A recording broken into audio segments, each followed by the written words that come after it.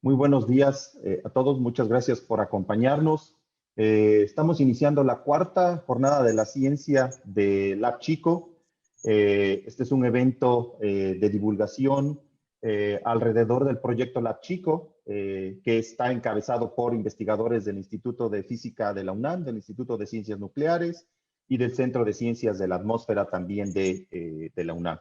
Y nuestro proyecto es la construcción. Queremos construir el primer laboratorio subterráneo en México, donde podamos realizar actividades de investigación fundamental, principalmente de física de astropartículas, aun cuando esperamos que contemos con algunas otras áreas de la ciencia, geología, ingeniería de minas, inclusive biología.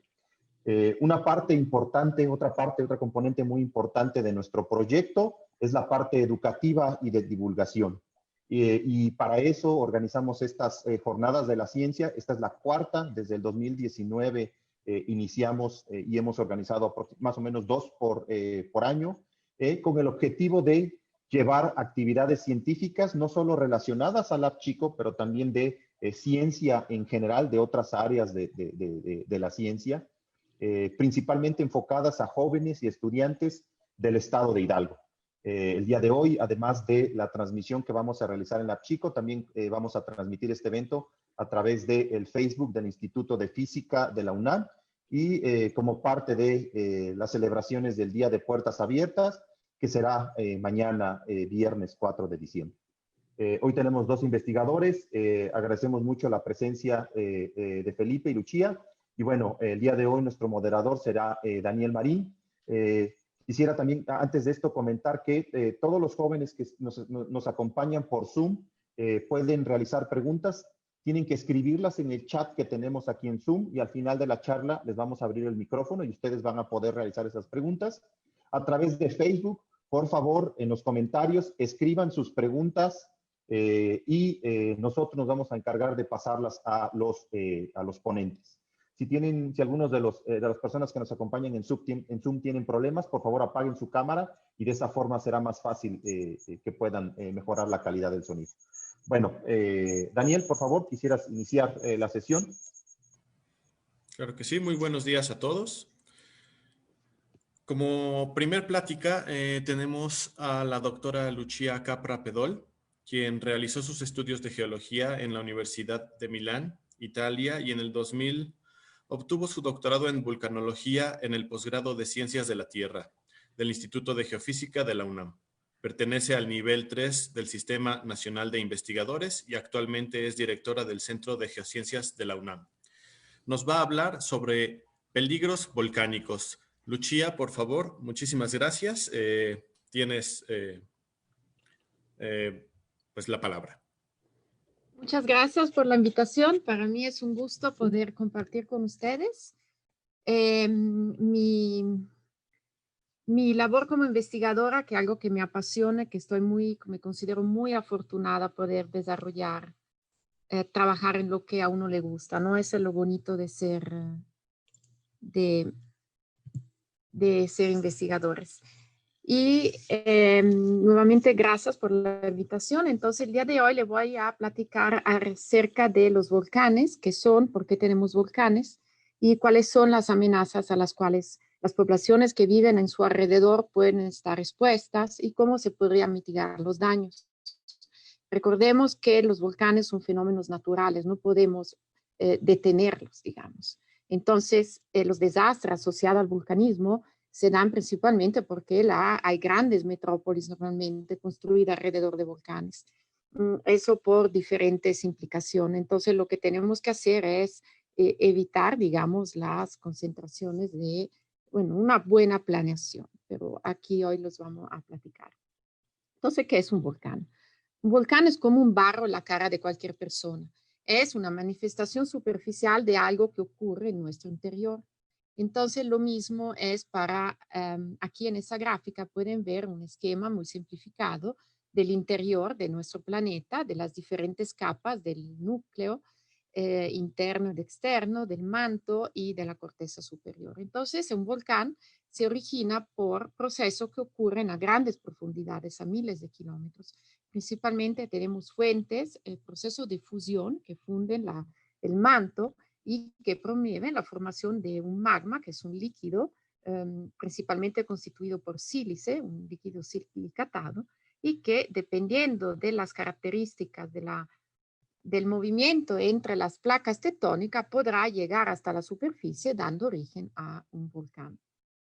¿Cuáles son los ambientes tectónicos principales que favorecen el volcanismo? Si nosotros vemos un mapa y localizamos los volcanes, su distribución no es aleatoria, no están ahí por algo, por caso, sino que donde hay los procesos que promueven la generación de magma en el manto es en el contacto de las diferentes placas tectónicas. Toda la Tierra se constituye por 7 placas tectónicas principales que se mueven de manera relativa entre ellas. Puede haber zonas donde una placa se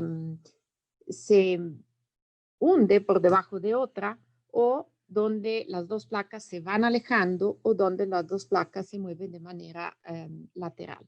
Digamos que el volcanismo está asociado principalmente en donde una placa tectónica, normalmente una placa oceánica, por ejemplo la placa del Pacífico, se subduce por debajo de placas continentales, por ejemplo la placa norteamericana.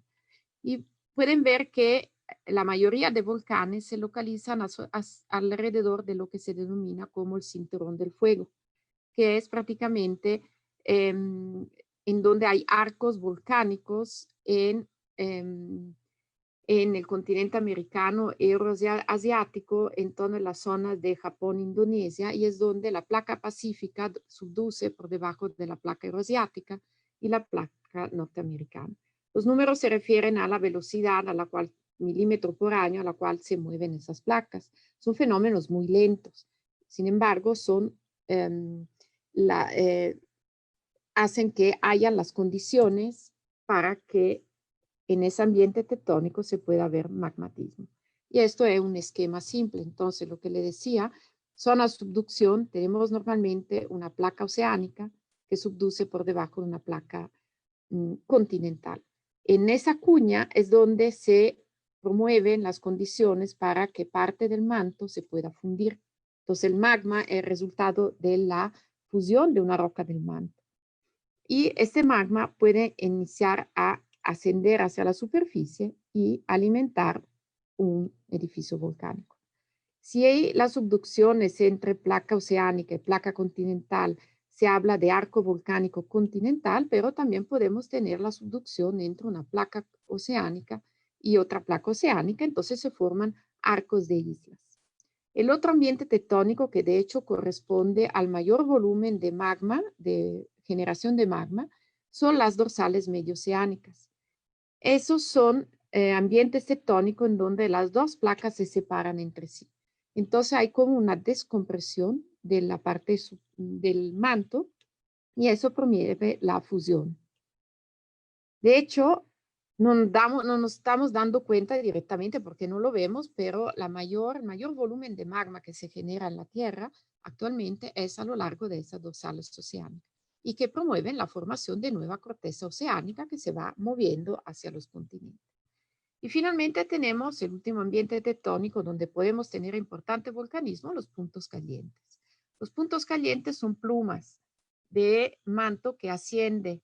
En general, esas plumas ascienden desde la interfaz entre el núcleo de la Tierra y el manto. Y asciende de manera independiente de otro proceso de movimiento de placas y generan islas, por ejemplo, el archipiélago de las islas Hawái se asocia a una pluma de manto.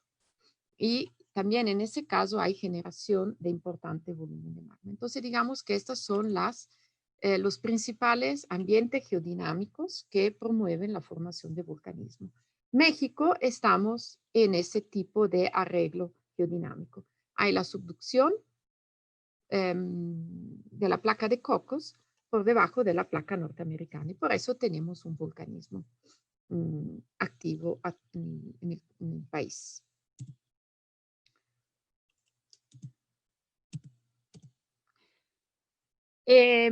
En todo el mundo se considera que hay alrededor, en la actualidad, de 1.500 volcanes activos en toda la Tierra. Hubo en el siglo pasado alrededor de 400 erupciones y podemos, bueno, se estima que cada año hay alrededor de 50 erupciones. Algo que ha ido mejorando mucho en los últimos años es la comunicación y la manera de poder detectar, por ejemplo, erupciones en zonas remotas donde no hay poblaciones alrededor. Entonces, a cualquiera de ustedes por simple Facebook se puede dar cuenta, se puede informar acerca de la actividad volcánica en el mundo. En cuanto es tan rápido ahorita el sistema de comunicación que en cualquier pueblo que observa un volcán toma la foto y la sube a Facebook. Entonces eso digamos que ha dado la percepción en general que aparentemente hay más erupciones que antes. No, simplemente han mejorado los medios de comunicación y por eso nos enteramos antes de algún tipo de erupción. Y por otro lado, han mejorado muchísimo la tecnología de adquisición por medio de sensores remotos de imágenes de satélite que permiten monitorar la actividad de volcanes que se encuentran, no sé, en Alaska, en Kamchatka, donde no hay población en su alrededor. Entonces ahorita podemos casi en cuestiones de día ya detectar anomalías térmicas de manera casi automática en diferentes partes del mundo en donde y así poder tener un registro mucho más preciso realmente de lo que es la actividad volcánica hoy en día. Y el impacto de un volcán puede ser desde algo espectacular que nos atrae mucho por la incandescencia, etcétera, y que no provoque ningún daño porque se encuentra en una zona remota, a la misma erupción, pero en un volcán que se encuentra en una zona altamente poblada, el impacto, por supuesto, que puede ser provocar un desastre. ¿Sí? Recordemos que los desastres no son naturales, sino que son provocados por la presencia de nosotros, del hombre, alrededor de un peligro natural. Si vemos cuáles son los países más activos, y de acuerdo al atlas que le enseñé, la distribución de volcanes que le enseñé antes, el país, digamos, más activo es Indonesia, en donde hay ahorita muchísimos volcanes que hoy en día están activos. En la semana pasada ha habido muchas imágenes de esos volcanes. Y además son los países con mayor vulnerabilidad social y económica. Entonces, donde se registra por lo general cuando erupcione todavía un notable número de daños a infraestructura y pérdidas humanas. Después tenemos la zona de Caribe, que también tiene muchísimos volcanes activos. Japón, Islandia, en donde ahí tenemos un arreglo geodinámico entre un punto caliente, una zona de distensión, entonces una producción continua de magma y a seguir los demás países. Entonces, venimos a México. México tenemos, como les decía, volcanismo debido principalmente a la subducción de la placa de Cocos por debajo de la placa norteamericana.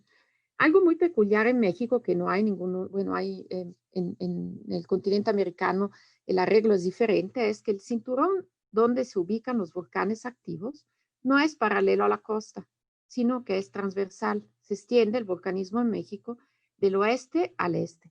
Pero si vemos en Norteamérica, en Centroamérica, los arcos volcánicos son paralelos a la costa. Eso se debe a un ángulo en el cual la placa subduce. En Norteamérica, en Centro y Suramérica, la placa que subduce tiene un ángulo muy vertical. Entonces el volcanismo se genera muy cerca de la zona de subducción y paralelo a la costa. En México la placa subduce de manera subhorizontal. Por eso que podemos tener todavía condiciones para que se genere magma muy lejos de la zona de trinchera donde bajan las dos placas. Por eso es bastante peculiar el volcanismo en México. Y es estudiado a nivel internacional por esa peculiaridad, digamos, de disposición de los volcanes activos. Aquí les enseño los principales volcanes que actualmente se consideran activos. Un volcán en general se considera activo si ha tenido actividad durante los últimos 10.000 años. Si en la actualidad no tiene ninguna manifestación superficial, como puede ser fumarola, pequeñas explosiones, se considera activo en estado de quietud. Por ejemplo, el Nevado de Toluca. Su última actividad fue hace 3.500 años, entonces se considera que eventualmente podría volver a tener entrar en una crisis volcánica y empezar a tener actividad volcánica explosiva. En la actualidad, y podemos ver que hay volcanes desde el este, entre ellos destaca el Pico de Orizaba, que de hecho es el volcán más alto que tenemos en México, y el único volcán que actualmente todavía conserva un glaciar en su cima, hasta la costa oeste, donde tenemos el complejo volcánico de Colima.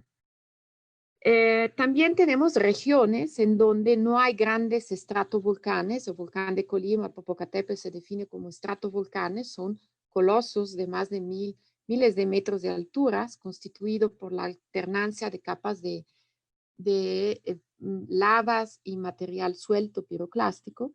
Tenemos también regiones en donde hay volcanes más pequeños, como el Paricutín, pero distribuidos sobre grandes áreas y se llaman como campos volcánicos monogenéticos. El más importante es el de Michoacán, Guanajuato, donde hay más de 2.000 conos en toda la región, y cerca de Ciudad de México está el campo monogenético de Chichinautzin, donde la actividad, el volcán Paricutín hizo su actividad, empezó su erupción en 1945, la actividad duró 9 años y termina. Esos son volcanes monogenéticos. Hacen actividad una vez y ya termina su actividad.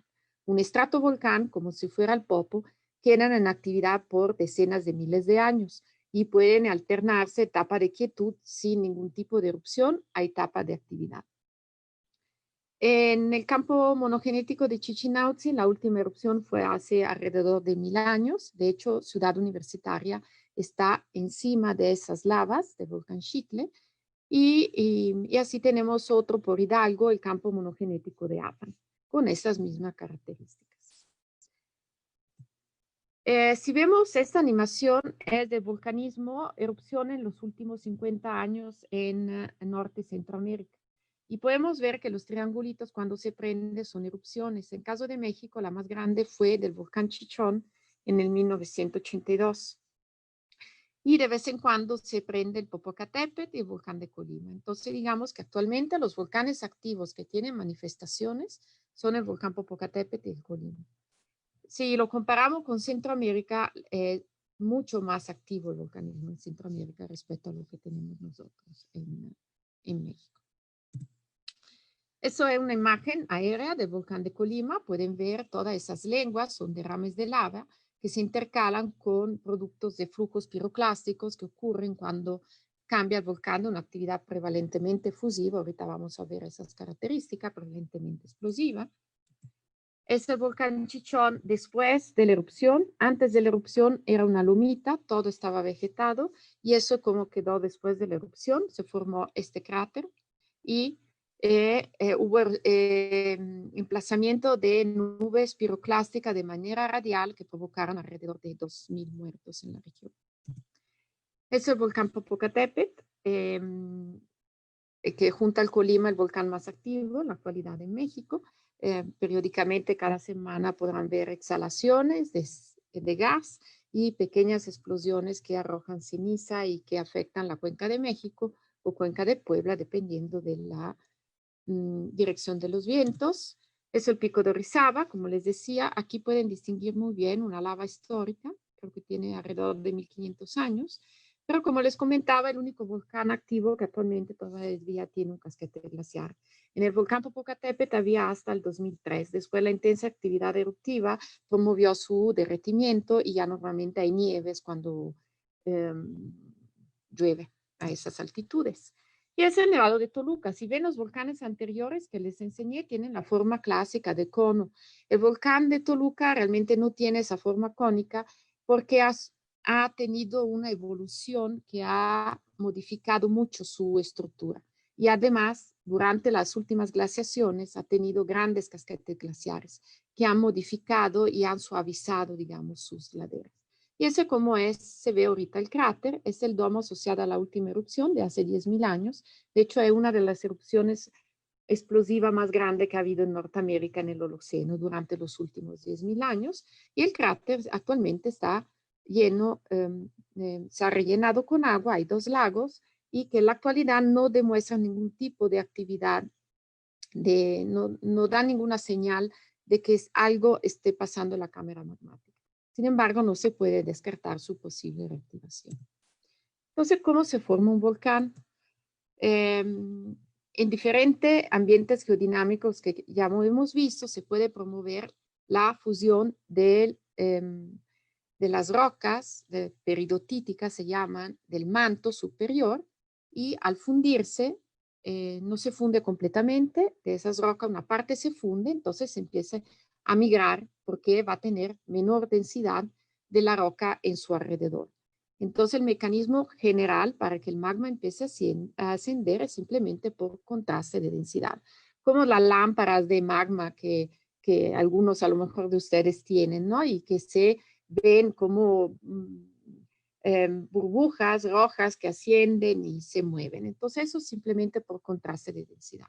Entonces el magma puede empezar a ascender y dependiendo de la característica de la corteza podrá llegar a algunas discontinuidades en donde una parte ya se estaciona y ese sería el proceso que lleva a la formación de una cámara magmática. Ya después de la cámara magmática, a través de conductos, pueden empezar la actividad en ambiente superficial. Algunos de esos globos, digamos, de magma que ascienden, se estacionan en la corteza y ya no ascienden y forman cuerpos intrusivos, los granitos, por ejemplo. Si ustedes van a la playa en Puerto Escondido o la arena de esas playas amarillentas, naranja, es proceso de erosión de esos cuerpos intrusivos que una vez estaban en el interior de la corteza y que después por algún proceso exhumaron y se expusieron a proceso de intemperismo y su erosión en lo que ahorita ustedes ven en esas playas. Y otros de mayor volumen sí pueden empezar a alimentar una actividad volcánica. Y entonces, de la cámara magmática, dependiendo de la composición del magma, ahorita lo vamos a ver, pueden empezar diferentes procesos que promuevan que entonces el magma busque un camino para llegar a la superficie y con una actividad difusiva explosiva pueda empezar a construir un edificio volcánico. Eso aquí pueden ver lo que les decía antes, el estratovolcán. ¿Por qué se llama así? Porque son capas. Alternancia de capas de derrame de lava y eventualmente de material granular que se origina durante las grandes explosiones. Una cosa importante, aquí es muy esquemático, se ve un conducto como un tubo y no es así. El volcán se alimenta por un conjunto de diferentes fracturas por donde, a través de las cuales se va ascendiendo y al final sí aquí se cortó la imagen, bueno, asciende hacia lo que es la boca, el cráter del volcán. Pero es mucho más complejo el sistema en el interior de un volcán para antes, o sea, que facilita el ascenso del magma hacia el cráter. Por lo general, las cámaras magmáticas se encuentran, si lo vemos aquí, esas cámaras magmáticas que alimentan los volcanes, se encuentran en profundidad alrededor de 4 kilómetros, pero siempre están asociadas a una cámara magmática más grande a unos 20 kilómetros. Entonces hay un proceso continuo de alimentación de magma desde la cámara magmática más profunda a la cámara magmática más somera, en donde de manera periódica o aleatoria inician procesos que alimentan la actividad volcánica. Porque hay diferentes estilos eruptivos. Los principales estilos eruptivos son efusivos, emplazamientos de derrames de lava, a actividad completamente explosiva. Lo que hace es que en lugar de salir la lava de manera continua como un fluido, sale como un fragmento en una mezcla de gas por la fermentación. Todo eso depende de qué tan permeable es el magma, como cualquier proceso en donde se implica un sólido y un líquido, o un gas y un líquido. Si tenemos magma permeable, significa que en el momento que del magma exsolven los volátiles, o sea, el magma, como les decía, es principalmente se constituye de sílice y otros ligada al oxígeno, formando tetraedros, y otros elementos químicos como el sodio, el calcio, el potasio y agua. El volátil más común en los magma es el agua, el 99%. Después hay dióxido de azufre, dióxido CO2, cloro y otros volátiles disueltos. Entonces, cuando el magma se forma, todo está en forma líquida. En el momento que el magma empieza a ascender, la presión en su alrededor cambia. Entonces, se disminuye la presión a la cual está expuesto el magma, los volátiles empiezan a disolver. ¿Qué significa? Que de pasar del estado líquido, pasan al estado gaseoso y empiezan a formar burbujas. Entonces, el gas ya está ejerciendo una cierta presión desde la burbuja a su alrededor. Entonces, si ese gas se puede puede liberarse del magma de manera fácil, o sea que el magma muy permeable, como en ese caso, tendrá actividad efusiva, porque el gas sale de un lado y el magma sale ya de manera no fragmentada, continua, formando esos ríos de lava. Entonces, en ese caso, el magma siendo permeable permite que el gas salga de manera pasiva, se dice. Pero hay otros magmas, y esto es, los magmas permeables son magmas básicos que tienen poca sílice. Magmas ácidos, que son mucho más viscosos, no permite que el gas se libere de manera pasiva, solito. Entonces, para que el magma se pueda liberar, tiene que romper la burbuja. Entonces, si rompe la burbuja, se va a pasar de una fase de un líquido continuo con burbujas de gas a una fase continua de gas con fragmentos de magma. Entonces, ese es el proceso de fermentación y que lleva a que en lugar de tener ríos de lava, yo tenga nubes en donde la mayor parte es gas y los demás son fragmentos del magma. Entonces, de manera muy esquemática, así lo podemos ver. El magma aquí en esa parte está completamente fundido, el volátil todavía no se ha separado de manera gaseosa, disminuye la presión simplemente por la carga litostática, por el espesor de corteza que tiene el cuerpo de magma arriba de él, se va formando pequeñas burbujas que van creciendo hasta llegar a una condición límite en donde tenemos más del 80% de esas burbujas envuelta en un líquido que es muy viscoso, que no permite que se formen canales por donde pasa el gas. Entonces, para que el gas se libere, cuando la presión interna del gas es superior a la presión litostática, empieza la fermentación. Es como cuando agitan una botella de Coca-Cola y de repente la destapan. Quitan la presión y ya de un líquido sale una espuma. Lo mismo en la fermentación y cuando tenemos actividad explosiva. ¿Qué diferentes tipos de erupciones tenemos? Por lo general, a medida que el contenido de sílice en el magma incrementa, entonces la viscosidad, la facilidad de deformarse de un magma disminuye, tendremos actividades prevalentemente efusivas, como la actividad de tipo hawaiano, a actividades principalmente explosivas, como son las actividades plinianas. Y tenemos términos intermedios, de stromboliano, subpliniano a ultrapliniano. Entonces, digamos que de izquierda a derecha estamos yendo también de principalmente generación de derrames de lava a principalmente columna eruptiva. Magmas básicos, sílice alrededor del 54% y a ultrapliniana sílice más del 60%. Entonces, esto es un ejemplo clásico de una actividad efusiva cuando tenemos magma basálticos y se describe como actividad de tipo hawaiano o actividad de tipo stromboliano. Como ven, hay pequeña fragmentación. Esas son burbujas muy grandes que rompen, pero forman fragmentos muy pequeños de magma que simplemente se acumulan alrededor de la fractura. Pueden salir, la actividad hawaiana efusiva puede ser alimentada por un conducto principal, pero por lo general es una actividad fisural. Entonces pueden ver cómo el gas, la parte blanca, sale de manera pasiva y eso es el volátil. Mientras que en la actividad explosiva estamos en magma mucho más ácidos Entonces, nuevamente, se tienen que romper esas burbujas de magma y lo que se forma son erupciones de tipo subpliniano o pliniano con formación de columna que se extienden a nivel de la atmósfera y pueden alcanzar alturas de entre 20 y 40 kilómetros y durar por hora. Ustedes pueden estar viendo columnas eruptivas por hora que siguen siendo alimentadas por la fragmentación que está ocurriendo en el conducto magmático. ¿Cuáles son los productos principales entonces de esos diferentes estilos eruptivos?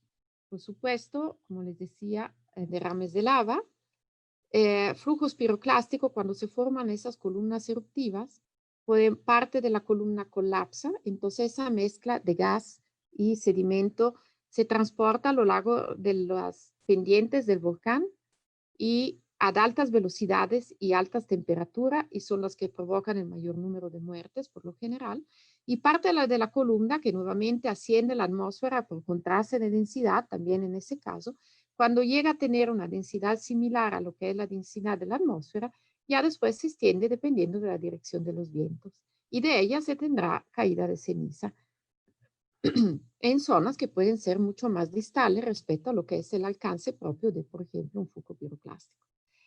Podemos tener también en las laderas de un volcán emplazamientos de lava más viscosa, que no fluye mucho como un derrame de lava, pero que puede formar un pequeño domo, una pequeña loma de lava.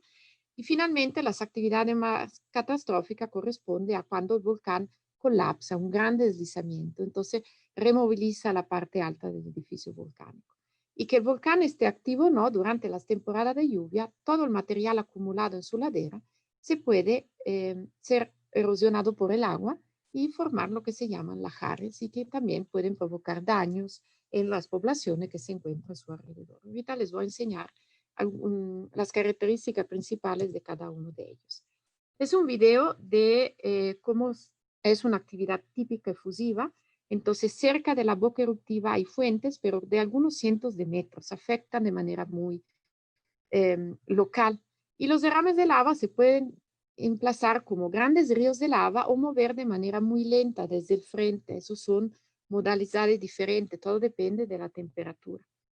Pero algo muy importante de los derrames de lava, si lo vemos desde un punto de vista del peligro volcánico, son lo que menor daño, bueno, menor peligro representa para las poblaciones, porque vieron antes la persona que estaba tratando de muestrear directamente durante el emplazamiento de un derrame de lava. Y lo único que traía era un vestido que lo protegía del calor. Esas lavas que veían en el video seguramente tenían temperatura entre 800 y 900 grados. Entonces irradia muchísimo calor. Pero su velocidad de emplazamiento es tan lenta que si inicia una actividad efusiva, por ejemplo, hace 2 años hubo una actividad en Hawái muy grande, es posible evacuar durante la actividad efusiva a las poblaciones. Por supuesto que una vez que se emplaza el derrame de lava, provoca daños que ya no permiten regresar a vivir en esas zonas. Son daños totales, incendios, queman las casas y la lava cubre cualquier tipo de infraestructura. No es como si cayera ceniza, se puede dar una barrera y regresar a la propia casa.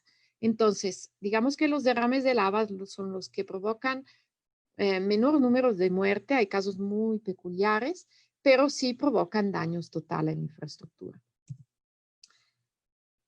Al revés, los flujos piroclásticos. Se inicia una erupción y no han evacuado las poblaciones que se pudieran encontrar en una zona de peligro, ya no hay forma de poder evacuar a las personas. Esos flujos piroclásticos se emplazan con velocidades de cientos de kilómetros por hora, con temperaturas que pueden llegar a los 600 grados. Entonces, inclusive, muy recientemente ha habido varios muertos por actividad piroclástica asociada al emplazamiento de flujos piroclásticos, que como les decía, pueden ocurrir por el colapso de una columna eruptiva o también por, como les voy a enseñar en ese video, a medida que se extrusiona la lava en la cima del volcán, esta pueda colapsar por gravedad y al fragmentarse puede originar los que son flujos piroclásticos. Eso, por ejemplo, es la actividad clásica en el volcán de Colima. Se forman domos en su cima por lava de composición andesítica y cuando colapsan se fermenta el material que todavía es caliente, contiene mucho gas y se forman esas nubes turbulentas. Entonces se puede ver cómo sigue en la topografía, se emplazan dentro de los valles y lo más peligroso en ese caso es esa nube turbulenta. La parte más densa de flujo no la vemos, se está desarrollando como una avalancha de roca en la parte baja del canal. Pero esa es la parte de la nube más turbulenta. Aquí el 90% es gas, solamente el 10% es ceniza, partículas, pero tiene altísima temperatura. Entonces las personas que se encuentran afectadas directamente por esas nubes mueren inmediatamente por asfixia y por el calor.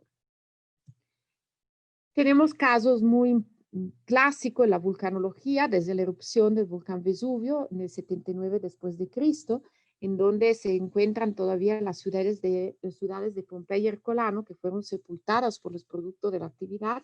Los moldes de esas personas que sucumbieron a la actividad, murieron más de 20.000 personas. De manera más, otra tragedia en tiempos históricos es del volcán del Mont Pelé en Martinica, en el Caribe. En el 1902 el volcán hizo erupción, el volcán se encuentra aquí atrás de la ciudad y esta es la foto antes de la capital y esta es la foto después. Pues, claro, eran casas de madera, quedaron todas quemadas y murieron igual más de 20.000 personas. La única persona que se salvó era un preso que se encontraba en un reclusorio, pero en un cuarto de aislamiento enterrado. Entonces nada más lo encontraron con algunas quemaduras, pero fue la única persona que se pudo salvar. Esto es donde se encontraba y esa es la persona que fue rescatada. Por supuesto que la ciudad ahorita, si ustedes van, se volvió a reconstruir en el mismo lugar. Claro, con infraestructura diferente, pero no ha cambiado mucho respecto al escenario anterior. Y ese otro ejemplo en la isla de Montserrat, siempre en el Caribe, es en el 1997. Esto es como quedó la capital después de la erupción. En ese caso se logró evacuar la capital antes de la actividad, una semana antes. Por eso creo que hubo muy pocas víctimas, que fueron los últimos que no quisieron abandonar su lugar. Pero la capital quedó completamente sepultada por productos piroclásticos, los flujos piroclásticos y por las lluvias después, los lahares. Esa isla es una colonia de Inglaterra, entonces 13.000 personas fueron, se le dio la opción de evacuarse e ir a Inglaterra y iniciar a radicarse allá. Otros quisieron quedarse en la isla, ya no han regresado a vivir en la capital, pero todavía hay gente viviendo ahí. Y esto es lo más reciente, ocurrió en el 2018 en Guatemala, el Volcán de Fuego.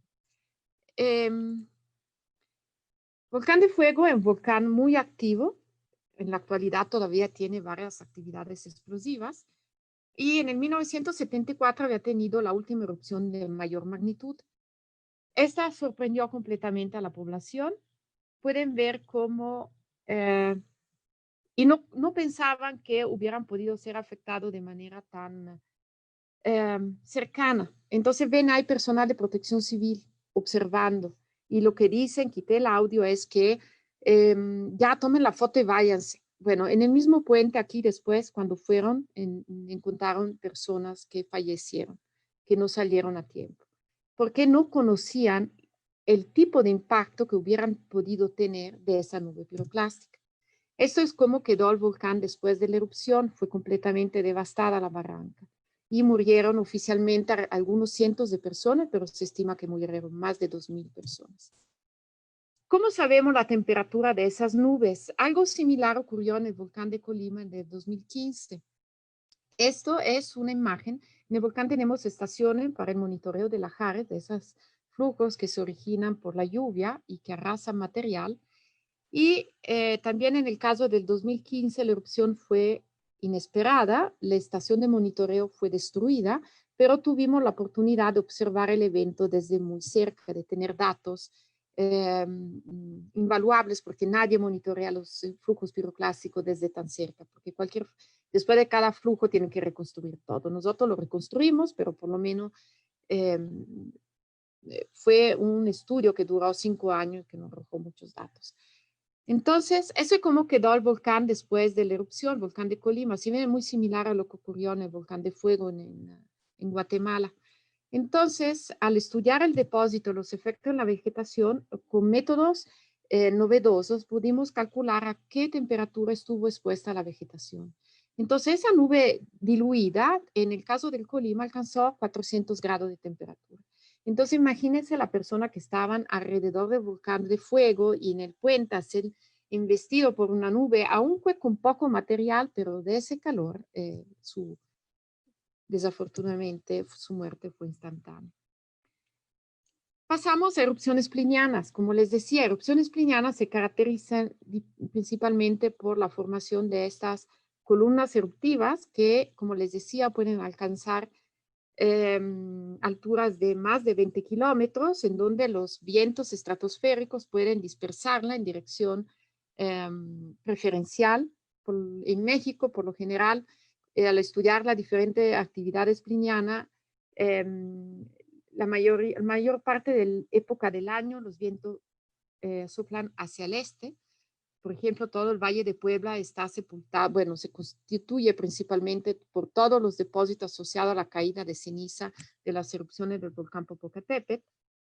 Y entonces, durante erupciones plinianas, tienen efectos muy cercanos al edificio, con emplazamiento de flujos piroclásticos, porque esa parte se enfría y colapsa, y dispersión de ceniza, que puede causar daños muy importantes a las poblaciones y también al tráfico aéreo, porque parte de esa ceniza se queda suspendida, son partículas de vidrio, si entran en las turbinas de los aviones, pueden fundirse y dañar el recubrimiento de las turbinas y detener los motores. Si ustedes están cerca de un volcán durante una actividad con caída de ceniza, eso es lo que van a ver. Esto es de la misma, a ver si funciona, sí, erupción del volcán de Colima de 2015, otra estación de monitoreo que tenemos siempre para la Harris, detectó lo que pasa durante caída de ceniza. Era la tarde, se pone muy oscuro, no porque ya no hay sol, sino que la ceniza oscurece completamente el sol, se pone como de noche y eso es lo que es, sentirían la caída de ceniza, que ya es fría, no es caliente. Pero por supuesto, si la inhalan, pueden provocarle grandes daños en los pulmones. De hecho, la gente que vivía ahí cerca se evacuó de manera espontánea porque se sintió expuesta a este problema. Esos son los efectos, varios centímetros, metros de ceniza que pueden provocar caída de techos y no provoca la muerte, digamos, la caída de algunos centímetros de ceniza, pero se daña cualquier tipo de mecanismo, porque nuevamente es vidrio, es muy abrasiva, se tapan drenajes y puede haber daños en las siguientes semanas a consecuencia, sobre todo sobre la salud de la población que vive ahí. Y finalmente, la actividad más catastrófica que le comentaba es el colapso de los edificios volcánicos. Esa es la erupción más común, más famosa del volcán Santa Elena en Estados Unidos del 1980, en donde por la deformación del edificio volcánico, porque el magma no lograba encontrar un conducto para salir a la superficie, entonces estaba empujando una ladera del volcán hasta que un sismo sacudió al edificio que colapsó. Entonces, colapsó alrededor de 2 kilómetros cúbicos de material y debido a que la cámara magmática era activa, como si ustedes taparan su botella de Coca-Cola, se descomprimió de manera súbita y empezó una actividad pliniana que dispersó ceniza por todo el Norteamérica. Entonces, eso es como es el volcán antes y cómo queda después. Se colapsó prácticamente 300 metros de altura del edificio y quedó un cráter en herradura. Y finalmente, los lahares. Eso puede ocurrir que el volcán esté activo o no. Simplemente se requiere un aporte importante de agua en una ladera en donde hay material que pueda ser erosionado por el flujo. Se compone principalmente por frentes en donde hay grandes bloques que chocan entre sí y que si impacta con una estructura la pueden destruir puentes, casas, etcétera. Y después, como van a ver ahorita en el video, viene la parte del cuerpo que se asemeja como una colada de concreto y que entonces el frente destruye y el cuerpo principal sepulta. Entonces, las zonas que son afectadas por lahares también sufren muchos daños. La velocidad de emplazamiento, si la población es expuesta a ese tipo de proceso, tiene un mínimo de alertamiento previo, pueden evacuar las zonas. Pero también hay grandes daños asociados y de toda forma en tiempos históricos ha habido grandes tragedias con hasta 20.000 muertos en Colombia por el emplazamiento de un lahar.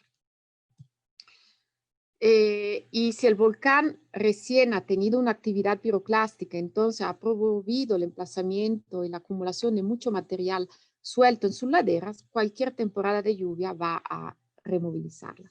Después de la erupción de 1991 del volcán Pinatubo en Indonesia, donde hay épocas de monzones, durante esos grandes eventos hidrometeorológicos hay formación de grandes lahares que, como ven, pueden destruir poblaciones enteras.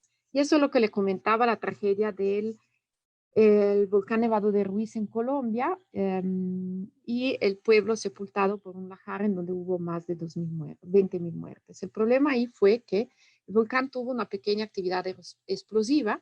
De hecho, la población de Armero ni se percató, no le cayó ceniza, pero el emplazamiento de flujos piroclásticos en el glaciar que se encuentra en su cima promovió el derretimiento y aporte repentino de agua que se bajó por 3 ríos principales que desembocan hacia la ciudad de Armero y que se encontró completamente, se sorprendió por la llegada de ese flujo y murió prácticamente. El pueblo ya está abandonado y hubo grandes muertes, bueno, gran número de muertes. Entonces, ¿qué podemos hacer? Esos son los noticieros de México después de la erupción del Chichón en el 82, donde hubo más de 2.000 muertos, en donde se sabía que el volcán Chichón era un volcán, pero no se sabía qué tipo de actividad había tenido en el pasado.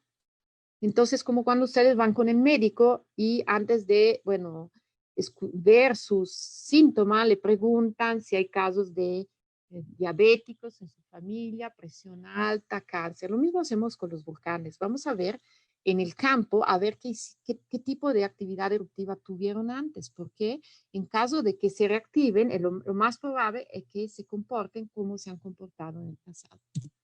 Entonces, es fundamental estudiar un volcán, su historia eruptiva, definir las características de los depósitos, de los cuales podemos extrapolar la magnitud del evento, qué volumen de magma fue emitido, qué altura de la columna tuvo, porque todos los ejemplos que les he mostrado son de actividad que se observaron, pero nosotros volcanólogos lo que normalmente estudiamos son actividades de hace miles de años. Entonces tenemos que extrapolar los parámetros desde sus depósitos y saber cuándo ocurrieron, fecharlo. Entonces saber si el volcán tiene un comportamiento rítmico o si hay lapso de inactividad bastante prolongado. Y su entorno. Entonces tenemos que conocer perfectamente cuál es la climatología, la dirección de los vientos predominantes. Entonces, si ocurre una erupción en temporada seca o en temporada lluvia en México, es completamente diferente la dirección de los vientos. En temporada seca son principalmente hacia el este, en temporada húmeda de lluvia van hacia el oeste. Y también la morfología, porque el emplazamiento, por ejemplo, de esos grandes derrumbes de avalancha de escombro, puede modificar completamente la hidrogeología, generar lagos y entonces inducir procesos secundarios a más largo plazo que pueden seguir afectando las zonas cercanas al volcán. Y entonces lo que hacemos, uno de los productos principales son mapas geológicos. En mapas tenemos que plasmar el alcance de los depósitos, sus características, su relación estratigráfica, quién ocurrió antes y quién ocurrió después. Y después de los depósitos, como les decía, podemos definir qué altura de columna tuvieron, cuál fue la tasa de extrusión, con qué velocidad se emplazaron los derrames de lava. Se pueden extrapolar ahorita muchísimos parámetros de relaciones empíricas Lucía, que se han podido perdón, definir. Sí. faltan 10 minutitos para las 11. Sí, ya termino. Sí. Perfectísimo, te agradezco, gracias. Ya está en el último. Y finalmente, cuando ya sabemos qué hizo el volcán, podemos ya generar mapas de peligros. Entonces, esas son las herramientas que necesitamos en caso del volcán empiece a tener una actividad eruptiva, cuál podría ser la zona de posible afectación. Esos son algunos mapas de peligro, no de riesgo. De riesgo completamente diferente, porque para evaluar el riesgo, tengo que hacer estudios de vulnerabilidad y de social, estructural y económica. Entonces, el mapa de riesgo me indica los daños, os cuantifica cuáles son las pérdidas que pueden ocurrir por una actividad eruptiva. Entonces, esos son algunos ejemplos de mapas de peligros que hemos hecho para los principales volcanes de México y en algunos de ellos se puede hasta incluir la probabilidad, no solamente hacia dónde pueden llegar, pero cuál es la probabilidad que cierta zona, cierta población pueda estar afectada. Y por último, el monitoreo. Entonces, tenemos, si el volcán es activo y tiene manifestaciones, lo que tenemos que hacer es un monitoreo. sísmico, por ejemplo, porque cualquier migración de fluido en la corteza provoca un movimiento, entonces con la sismicidad podemos saber qué está ascendiendo la corteza, y químico para saber cómo cambia la composición de las fumarolas, porque eso me indica qué proceso está ocurriendo en la cámara magmática, y de deformación, por ejemplo, si se está inflando el volcán, también eso nos puede decir qué está pasando en la cámara magmática, y esos son diferentes instrumentos que se pueden utilizar para medir el estado del volcán desde las laderas y también de fuentes remotas. Ahorita con imagen de satélites podemos detectar deformaciones de pocos centímetros de los edificios volcánicos. Y entonces ya establecer medidas de mitigación, ¿no? Tenemos que tratar de entender cuál podría ser el mecanismo, el posible escenario eruptivo, y entonces tratar de mitigar en conjunto con Protección Civil, tomar, digamos, no nosotros científicos, sino Protección Civil, con los datos que nosotros le podemos proporcionar, tomar decisiones de posible evacuación de las poblaciones. En el caso del Popocatépetl, un semáforo verde, amarillo, rojo, y hay estrategias ligadas a los colores para, en caso de que el volcán inicie una crisis. Y ya, y con eso termino. Muchas gracias. Excelente, Lucia, muchísimas gracias. Qué interesante plática. Vamos a dar paso a los minutitos que nos quedan para las preguntas. Tenemos unas cuantas aquí en Zoom. Vamos a comenzar con las que nos mandaron los participantes.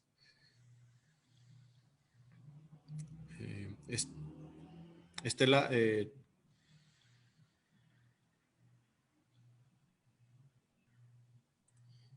simplemente...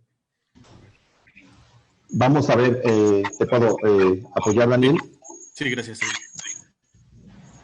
Tenemos una pregunta de Medina. Buenos días, mi nombre es Medina Montalvo, del CSIC 16.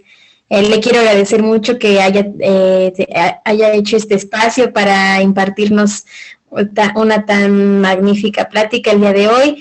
Y bueno, había hecho esta pregunta al inicio, pero creo que en las últimas diapositivas se contestó. Sin embargo, pues es la pregunta de si hay alguna forma de determinar el peligro que representan los estratovolcanes de nuestro país. Sí, con el monitoreo sobre todo sísmico y químico. La sísmica te da una radiografía de lo que está ocurriendo en su interior, y también el químico me está diciendo qué cambios están ocurriendo en la cámara magmática. Entonces, si hay un incremento, por ejemplo, principalmente lo que se mide, el dióxido de azufre, CO2. Y eso me dicen si hay nuevo magma en la cámara magmática, y por eso incrementa la probabilidad de que inicie una nueva etapa eruptiva. Pero esos son los dos más utilizados y más accesibles. Por supuesto que después hay muchos más métodos indirectos y directos para su monitoreo.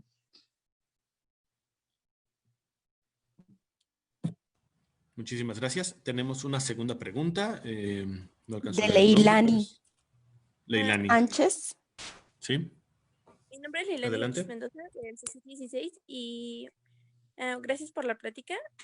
Y mi duda era, ¿en qué era geológica aproximadamente se formó el Popocatépetl y el Pico de Orizaba?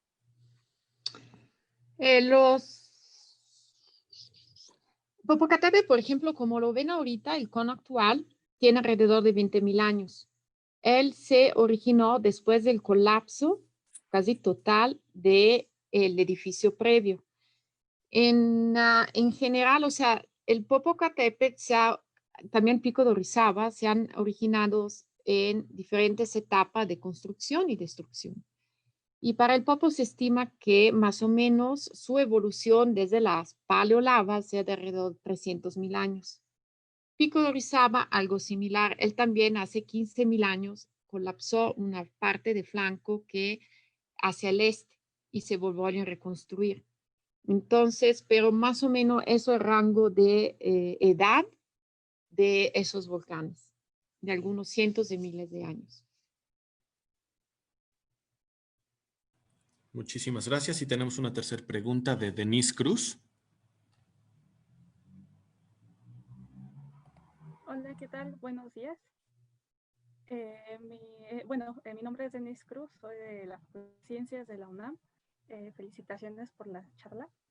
Mis preguntas son, ¿cómo un volcán puede pasar de ser inactivo a activo? ¿Y de qué depende este cambio? Por último, ¿cómo por otro lado tenemos volcanes activos por miles de años como el Popocatépetl? Gracias. Sí. ¿Cómo puede cambiar de estado de inactividad de quietud a estado explosivo? Depende, como le enseñaba en un esquema, la cámara magmática, normalmente son sistemas complejos, una cámara magmática más superficial y una más profunda. Entonces, la más superficial se alimenta de la más profunda. Entonces, la más profunda ya se está, digamos, enfriando y ya no alimenta de manera frecuente la cámara magmática superficial, habrá menos erupciones. Y en el momento que incrementa nuevamente el aporte de la cámara magmática más profunda a la más superficial es cuando podemos tener un inicio de una nueva etapa eruptiva. Entonces, por ejemplo, en el caso del volcán Nevado de Toluca, su actividad podría reanudarse en caso de que la cámara más profunda inicie a inyectar magma en la cámara magmática más superficial. Entonces, todo depende de qué tan bien es la relación entre esos dos principales sistemas de alimentación. En volcanes que tienen actividad continua, porque tienen una mejor alimentación entre la cámara más profunda y la cámara más somera. A través de modelos numéricos que hemos hecho, por ejemplo, en el volcán de Colima se ve como hay ciclos. Actividad moderada depende principalmente de la actividad de la cámara magmática más somera. Y son ciclos de meses. Pero cuando ya empieza la cámara más profunda a alimentar la cámara más somera, es cuando se tienen las actividades de mayor volumen. En el caso del volcán de Colima hay ciclos entre 3 y 5 años. Entonces, todo depende de la relación entre esos dos sistemas de alimentación y, por supuesto, que si la cámara más profunda ya se está enfriando, ya no tiene mayor aporte desde el manto, ya poco a poco la actividad irá decrementando y el volcán ya será inactivo. Pero por eso se considera un periodo de 10.000 años, porque pueden ser procesos de muy largo plazo. Muchísimas gracias, Denise, por tus preguntas. Tenemos dos más en Facebook. Adif, ¿nos puedes hacer el favor de leerlas? Hola. Bueno, una de las preguntas nos las manda Gustavo Hernández Magos. Y bueno, agradece por hacer esta charla, esta plática. Y su pregunta es, ¿harían falta mejorías para el monitoreo de los volcanes? Sí, claro, por supuesto. Bueno, la situación en México, que tampoco es muy bueno. En la actualidad tenemos alrededor de 14 volcanes que están, digamos, entre los activos en estado de quietud y que podrían tener una manifestación en tiempos, en intervalos de tiempos breves. Y los mejores monitorados son, por supuesto, el volcán Popocatépetl, por lo que implica riesgo, ¿no?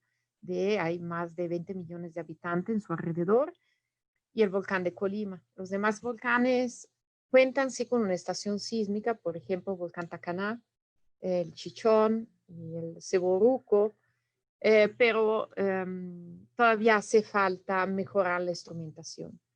Si nos comparamos con países como Japón, por ejemplo, ahí tienen monitorado todo y todo lo que pueden.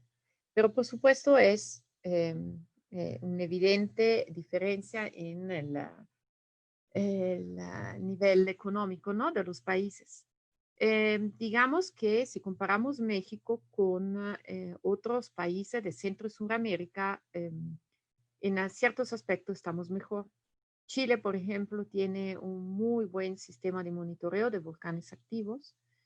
Centroamérica, nuevamente, por cambios en nivel económico, es menor, tienen muchas más dificultades para el monitoreo, porque también tienen que entender que el monitoreo no es solamente cuestión de dinero, pero también la cuestión logística. Qué tan facilidades se tienen de poderse acercar lo más posible a un volcán para poder hacer un monitoreo, por ejemplo, de sus exhalaciones, de la temperatura y etcétera. Por supuesto que nunca es suficiente. Entonces, hay voluntad, por ejemplo, en México de sistematizar e incrementar el monitoreo también en volcanes que actualmente no tienen ninguna manifestación superficial, pero donde es importante poder conocer en tiempo real lo que está ocurriendo a mayor profundidad. Y bueno, la otra pregunta que nos llega desde Facebook la hace Lao Tse López. Y bueno, él pregunta, ¿qué tipo de tecnología se usa para conocer los detalles de la estructura interna de un volcán? Y si hay alguna correlación entre las actividades volcánicas en todo el planeta o son eventos independientes. Respondo primero a la segunda, son eventos independientes. O sea, lo único que los acomuna quizás es el mismo ambiente geodinámico, ¿no? A lo largo de todo el cinturón de fuego, el mismo proceso de subducción, pero no hay conexión entre cámaras magmáticas y un volcán independiente de otro. Lo primero, los instrumentos más comunes son sismógrafos, que permiten medir la sismicidad de un volcán y de ahí interpretar qué tipos del tipo de sismo, tipo de proceso. Si son tremores, si son volcanes sismotectónicos y con diferentes características se puede saber si está ascendiendo gas, fluido y el incremento desde un nivel base que se puede establecer cuando el volcán está en quietud, por supuesto que ponen alerta a los investigadores para ver qué está pasando, qué tanta energía se está acumulando.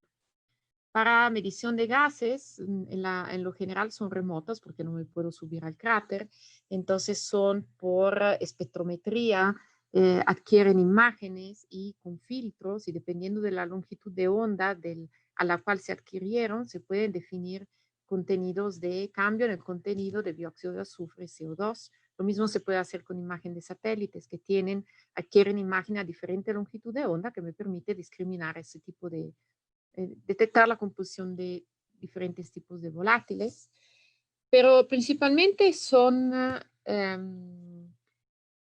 instrumentos sísmicos de muy caros a muy barato. Por ejemplo, nosotros para los lahares utilizamos geófonos, son muy baratos, son miden la vibración del terreno, la componente vertical, y porque los lahares cuando se emplazan también transfieren muchísima energía. Entonces son los que nosotros utilizamos para emitir alertas a las poblaciones cercanas.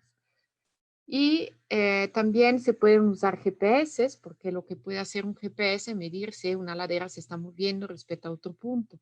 Entonces, si el volcán se está deformando, se pueden utilizar también sensores de ultrasonido, porque las explosiones generan ondas de choques. Entonces, el sensor de ultrasonido, de infrasonido, me puede detectar esa compresión en la atmósfera y puede estudiar el tamaño de la explosión, por ejemplo. Y sensores remotos, porque hay bandas, pueden adquirir imagen en la banda térmica, entonces saber si está creciendo un domo en el cráter. Por ejemplo, para el Popo se utiliza mucho porque cuando se forman los domos desde afuera no se ven porque nunca rebasan el nivel del cráter. Entonces con sensores remotos se pueden ver esos spots de mayor temperatura cuando se empiezan a generar los domos. Y también la deformación con imágenes de radar, igual adquirida por satélites, también se pueden hacer un análisis espacio-temporal y ver si un punto se está alejando o acercando del satélite, digamos. Y eso significa que el volcán se está deformando, inflando o desinflando. Normalmente antes de una gran actividad explosiva, lo que se nota también que el volcán se está inflando, se está deformando hacia afuera. Bueno, el tiempo nos alcanza, entonces vamos a tener una pregunta más en Zoom. Por favor, podemos abrir el micrófono y sería la última. Para Alondra. Ok, bueno, yo mi pregunta era, ¿cómo se sabe que ha tenido actividad volcánica antes, vaya la redundancia, un volcán, si no han tenido registros como, por ejemplo, el volcán que hizo erupción antes de Cristo? Lo que hacemos es determinar la edad de los depósitos. Hay diferentes métodos que nos permiten fechar erupciones de hace algunos cientos de años a través, por ejemplo, de material carbonizado. Con el método de carbono 14 podemos fechar material carbonizado que se encuentra dentro de los depósitos o eventualmente los suelos que fueron sepultados por ese material. Entonces, carbono 14 es uno de los métodos más utilizados y que puede fechar de unos cientos de años a máximo alrededor de 40.000 años. Después hay otros tipos métodos radiogénicos que se aplican en minerales. Por ejemplo, la serie, bueno, argón, potasio-argón, la serie uranio-torio, y entonces con esos métodos podemos fechar lo que el método de carbono 14 no alcanza a fechar. Y de esa forma podemos ir reconstruyendo las diferentes fases principales de la actividad eruptiva, porque, repito, muy pocas han sido observadas directamente. Y en la mayoría nosotros estamos estudiando volcanes que aun cuando hemos observado una actividad histórica, pero si han tenido actividad de 100.000 años, necesitamos saber cuándo ocurrieron las más antiguas. Y esos son los métodos principales que se utilizan. Excelente, muchísimas gracias. Lucía, una vez más te agradecemos por tan interesante plática y por haber participado con nosotros en la 4ª jornada de la ciencia en Lab Chico. Estamos en contacto.